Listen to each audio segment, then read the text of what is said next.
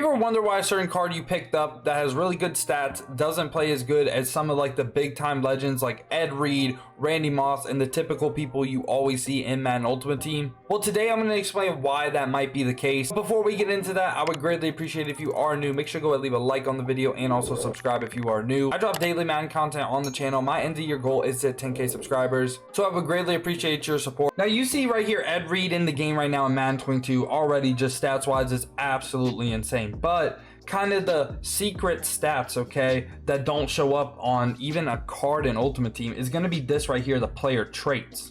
Now these are actually very, very important. I'll start on defense and then we'll go over offense later in the video, but right here, this is one of the most important traits for defense, big hitter trait right here. This right here is more important than a high hit power rating, and why that is, you can have 99 hit power, but if you don't have the big hitter trait, really aren't going to notice them just landing hit sticks, even like their AI isn't going to do it. This right here, basically, you don't even have to click on, their AI will go ahead and hit stick. High motor and clutch, I'm not really sure of the importance, but high motor is one that I saw someone say, this trait right here basically says, will they play up to their stats every single play? So I think you're going to want high motor on yes, obviously, if you can get it. Now LB style, penalty, not really important. Plays ball in air, aggressive, we like to see that. That basically is the play ball feature in coaching adjustments. Strips ball, this will basically guarantee the AI, you know, go ahead and strip the ball. This is a nice trait to have too. Now for safeties and stuff, you're not gonna really want to have like utilize bull rush, spin move, swim move, all that. But for like corners, safeties, linebackers, this big hitter trait is so important, and it can lead to cards that might not be the fastest playing better than other cards. So now this is a perfect example of why traits matter once again. I'm not even bringing him up just because he's a Dolphin, he's just a perfect example of what I want to talk about. Okay, so you see his stats right here, 70 finesse moves, 83 power moves, right?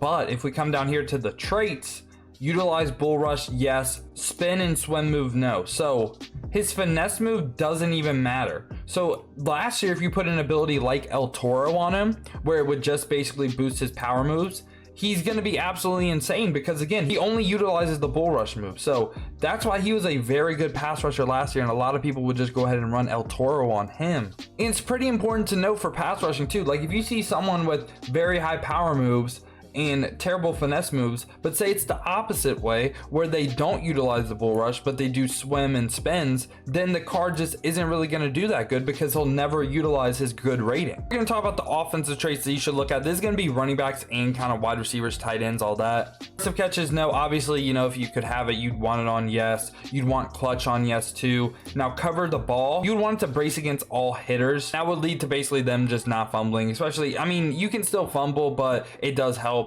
Open passes, you do want that on no. Fights for extra yards, you want that for yes. High motor, you want that on yes. Sideline catches, you would want on yes. Penalty doesn't really matter.